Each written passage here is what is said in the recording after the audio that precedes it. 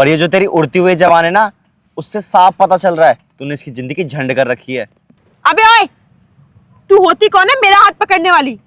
कहीं की prime minister तो नहीं है तू, लेकिन हाँ हिजड़ा जरूर है। ये हमारा पर्सनल मैटर है और तू ज्यादा घुसने की कोशिश मत कर, वरना तेरा ऐसा हाल करूंगी ना तो जिंदगी भर याद रखेगी।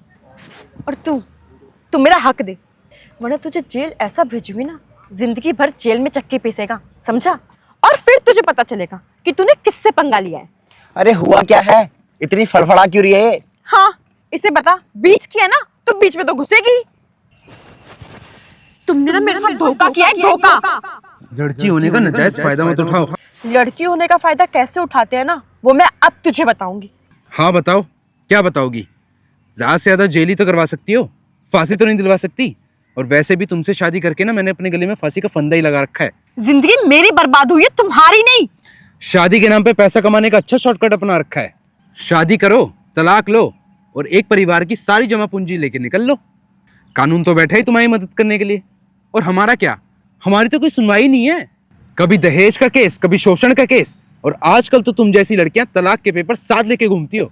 एक थप्पड़ कम पड़ा है क्या, ये और खाना है? अब तू मुझे ये बता, तू मुझे मेरा हक देगा या नहीं, या इसी पार्क में तेरा जुलूस निकलवाऊं?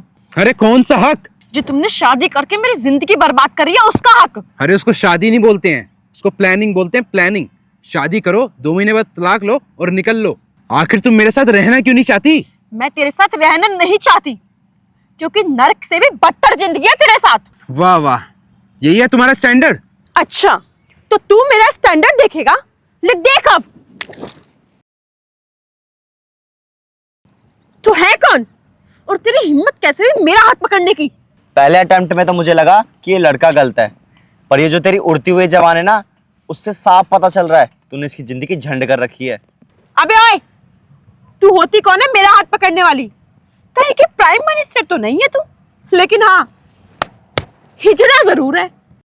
ये हमारा पर्सनल मैटर है और तू ज्यादा घुसने की कोशिश मत कर, वरना तेरा ऐसा हाल करूंगी ना तो जिंदगी भर याद रखेगी।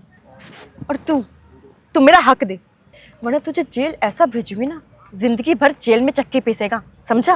और फिर तुझे पता चलेगा कि तूने किससे पंगा लिया है। अरे हुआ क्या है, इतनी फड़फड़ा क्यों रही है ये? हाँ इसे बता, बीच किया ना तो बीच में तो घुसेगी। दीदी अभी 2 महीने पहले ही हमारी शादी हुई है और अब ये तलाक चाहती है। मैं तो इसके साथ रहना चाहता हूँ, लेकिन ये मेरे साथ रहना ही नहीं चाहती। साथ साथ मेरी प्रॉपर्टी का आधा हिस्सा भी मांग रही है। मैं क्या करूँ? अच्छा तो ये माजरा है। सुन, ये बीच वाली है ना, तेरा साइड बिजनेस अच्छे से जान चुकी है। और तुझे पता है हम किन्नर लोग क्यों नंगेपन पे आते हैं? क्योंकि तुम जैसी लड़कियां नंगेपन की सारी हद पार कर देती हैं, इसलिए हमें नंगेपन पे आने पड़ता है। और सुन, ज्वाला के हाथ से ऐसे ताली नहीं बजती, ऐसे बजती है। और तुम जैसी औरतों ने ना शादी का नाम बर्बाद कर रखा है। जितनी धाराएं क्रिमिनल यूज नहीं करते, उससे ज्यादा धाराएं तो तुम यूज करती हो। और कोर्ट चले जाओ तो तुम जैसी औरतों की लाइन लगी रहती है तलाक के लिए। इतनी लाइन तो राशन की दुकान के बाहर भी नहीं लगती। अरे हमारे धर्म में तो शादी 7 जन्मों का बंधन माना जाता है, लेकिन आजकल तो ये ससुराल और मायके का खेल बन के रह चुका है।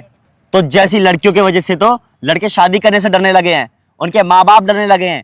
तेरी जैसी बहू अगर घर में आएगी तो घर का सत्यानाश हो जाएगा। तलाक चाहिए तुझे? तलाक अभी लेगी या बाद में? मैं ज्वाला किन्नर किसी कानून और फौज से नहीं डरती। आज ही हो कोर्ट में, देखती हूँ तुझे। चल।